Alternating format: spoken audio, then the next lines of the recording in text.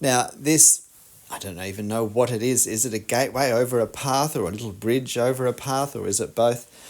It's from my wife's holiday travels, and I wasn't with her on this occasion.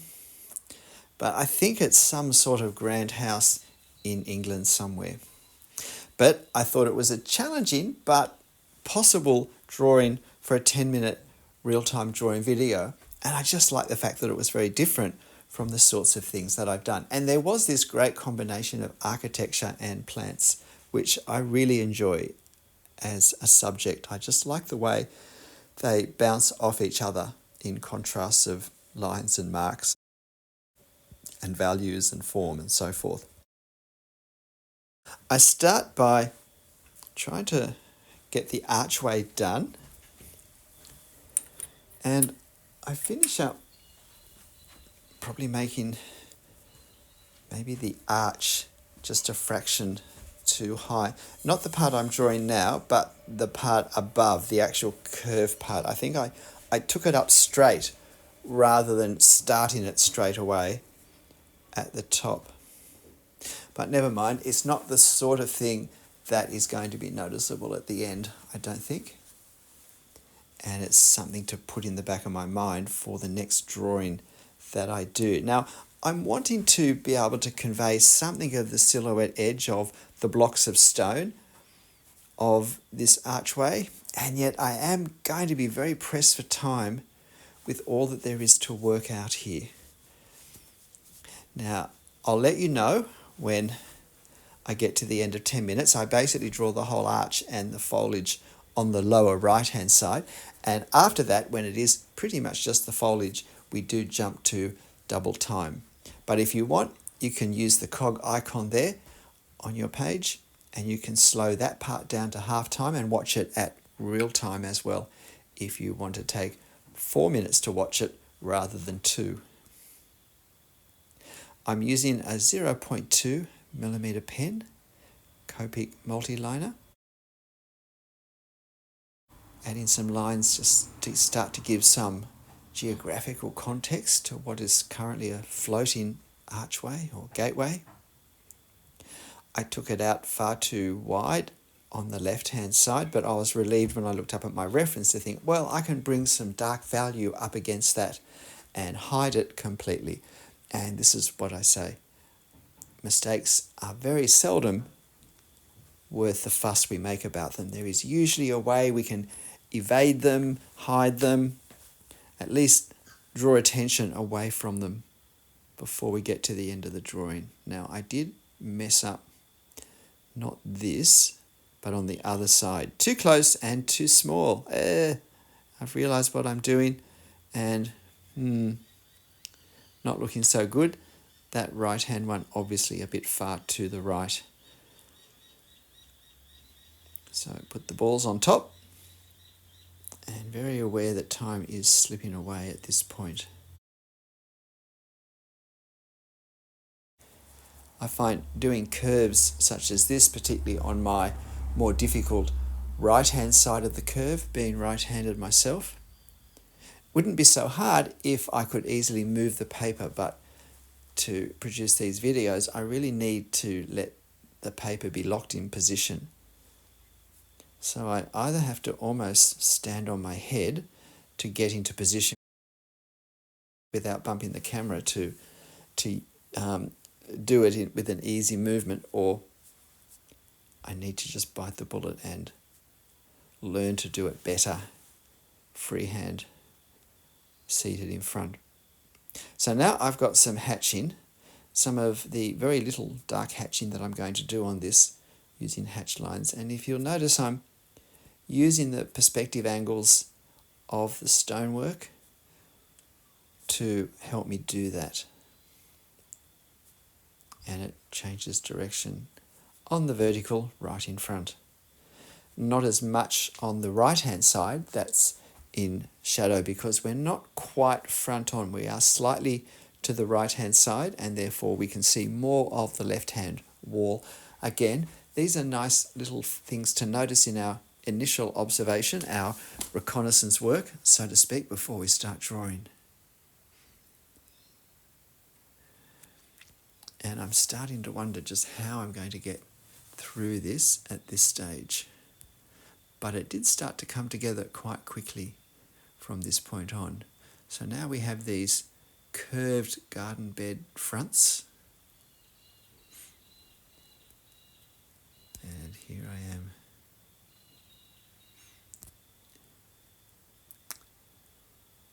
establishing the grass. Again, a little more geographical context, I think, is always nice to have. Even if it's simple, it can just anchor a subject that otherwise looks a bit visually precarious, as if it could float off. Hopefully I'll have time to get enough values above this also to keep it visually looking like it's weighted down thoroughly.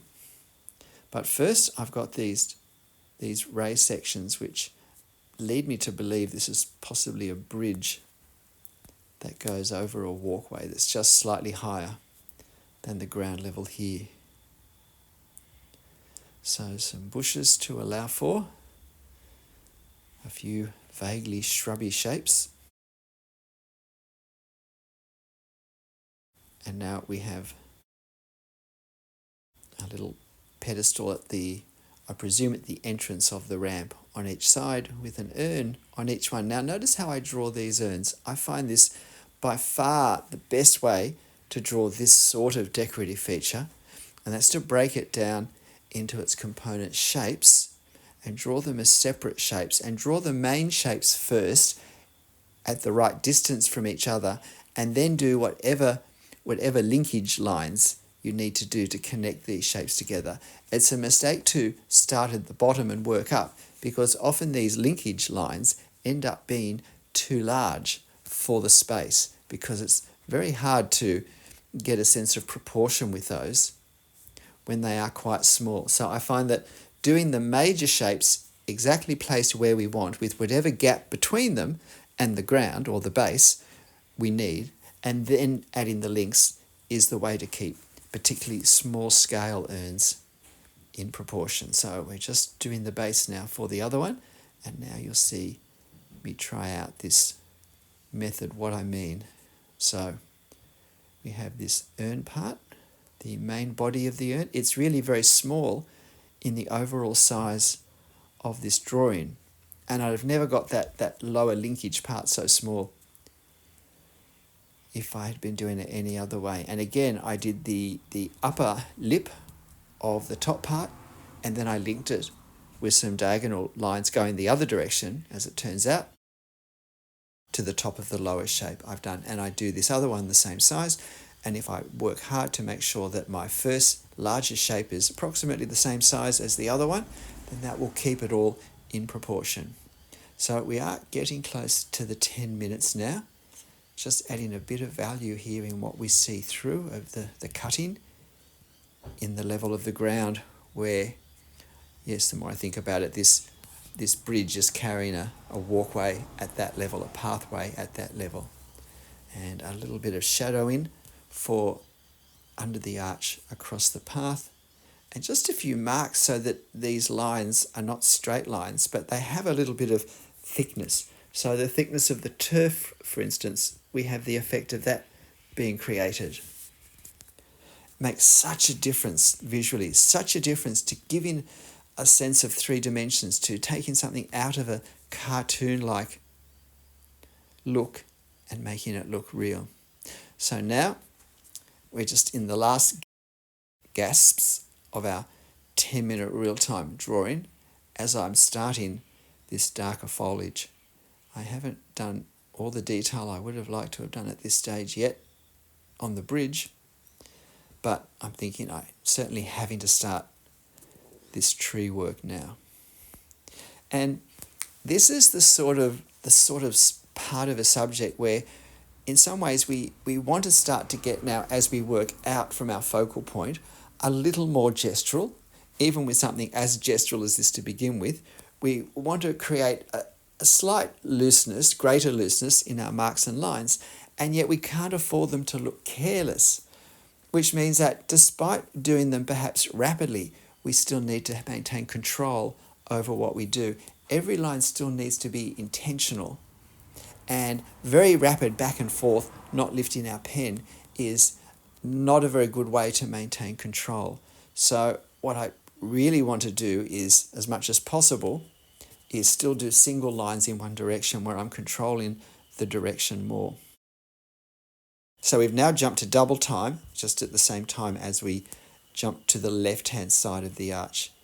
But I'm still doing pretty much the same thing here. You can see that the marks on the right-hand side are very large and gestural compared to what I normally do. I'm not certain at this stage, watching this replay, whether I add more to the right-hand side as well, or whether I simply try and match it with the left-hand side. And that's an important consideration too, is matching the marks that we make, that where in some ways they occupy us, the subject occupies a similar depth of plane and a similar object, that we have similar marks. So, and then there is a tree much further back that I'm doing now, and it gives me a chance to highlight the silhouette edge, upper edge of this archway, which is always a wonderful opportunity to fully exploit. And so now we've just got this uppermost bit of tree bouncing above what we've done before. And so now I'm thinking, well, since I'm in double speed, extra time, I'll just do a little bit of brick effect, as much to show you how I would do this in this sort of subject. This is not being cut short in terms of what I'm doing or how I'm doing it, or how I'm doing it for time. That's how I would have done it. Just a suggestion, just a creating of the effect of the brickwork, not trying to draw it out or make it too obvious. We want to be able to see it because we can see it in the reference, but we don't want it to be overpowering the overall shape. And then I think we're pretty much done. G'day, I'm Stephen Travers. Look, I hope you found this interesting. If you did, please hit the like button and help me and my channel out. I appreciate that. And of course, you'll find the reference photo for this subject on my channel community page. So why not give this, I think, rather different and nice combination of architecture and foliage a go as a 10-minute drawing exercise. But whatever you draw, whether it's 10 minutes or 20 minutes, and however you draw it, make sure you keep having fun. I'll see you next time. Bye.